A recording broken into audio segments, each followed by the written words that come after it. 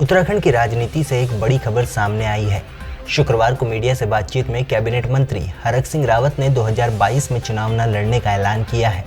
हरक सिंह ने कहा कि प्रदेश संगठन महामंत्री अजय कुमार को उन्होंने 2022 में चुनाव न लड़ने की बात से अवगत करा दिया है। हालांकि उन्होंने ये भी कहा कि वो राजनीति से संन्यास नहीं लेंगे और जनता की सेवा करते रहेंगे। कैबिनेट मंत्री हरक सिंह रावत के बयान से उत्तराखंड की सियासत में हलचल मच गई है। बता दें कि बीते दिनों हरक सिंह रावत को भवन सन्निर्माण कर्मकार कल्याण बोर्ड के अध्यक्ष पद से हटा दिया गया था। उसके बाद उनका अचानक अगला विधानसभा चुनाव नहीं लड़ने का फैसले को इस घटनाक्रम से भी जोड़कर देखा जा रहा है। हरक सिंह रावत के पास श्रम और सेवा योजन मंत्रालय भी है। भवन एवं अन्य सन्निर्माण कर्मकार कल्याण बोर्ड के अध्यक्ष पद पर अब तक हरक सिंह रावत ही काबिज थे। गढ़वाल दौरे के बाद वो गुरुवार को ही देहरादून पहुंचे। उन्होंने कहा था कि इस मामले में वो मुख्यमंत्री से बात करेंगे, लेकिन अभी उनकी मुख्यमंत्री से मुलाकात नहीं हो पाई है। मुख्यमंत्री गुरुवार शाम को दिल्ली से लौटे और शुक्रवार सुबह कुमाऊं मंडल के एक दिनी दौरे पर रवाना हो गए। अब मौजूदा परिस्थितियों में उनका इस बयान के कई निहितार्थ निकाले जा रहे हैं। असल में सरकार ने उन्हें हाल में भवन और अन्य सन्निर्माण कर्मकार कल्याण बोर्ड के अध्यक्ष पद से हटाकर श्रम संविदा बोर्ड के अध्यक्ष शमशेर सिंह सत्याल को ये जिम्मेदारी सौंप दी थी।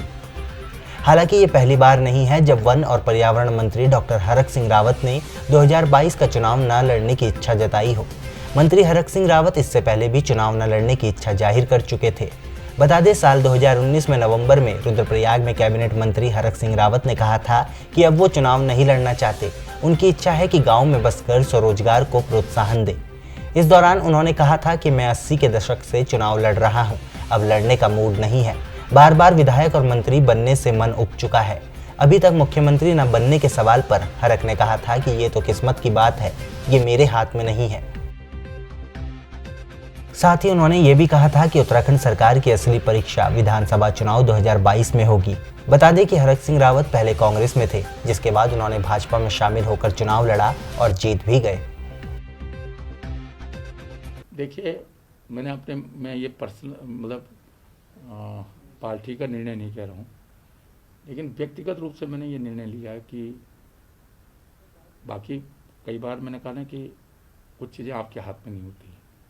मैंने व्यक्तिगत रूप से निर्णय लिया कि मैं 2022 में चुनाव एमएलए का नहीं लड़ूंगा और मैं पार्टी हाईकमान के सामने भी, मैंने महामंत्री संगठन अजय जी को भी और पार्टी हाईकमान के सभी लोगों को कहा है कि मैं पार्टी 2022 का चुनाव नहीं लड़ना चाहता हूं।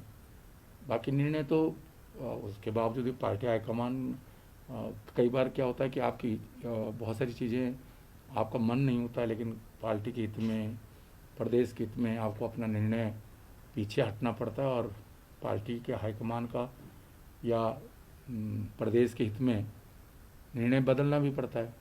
लेकिन मेरी दिली इच्छा है कि मैं 2022 का चुनाव नहीं लड़ना चाहता।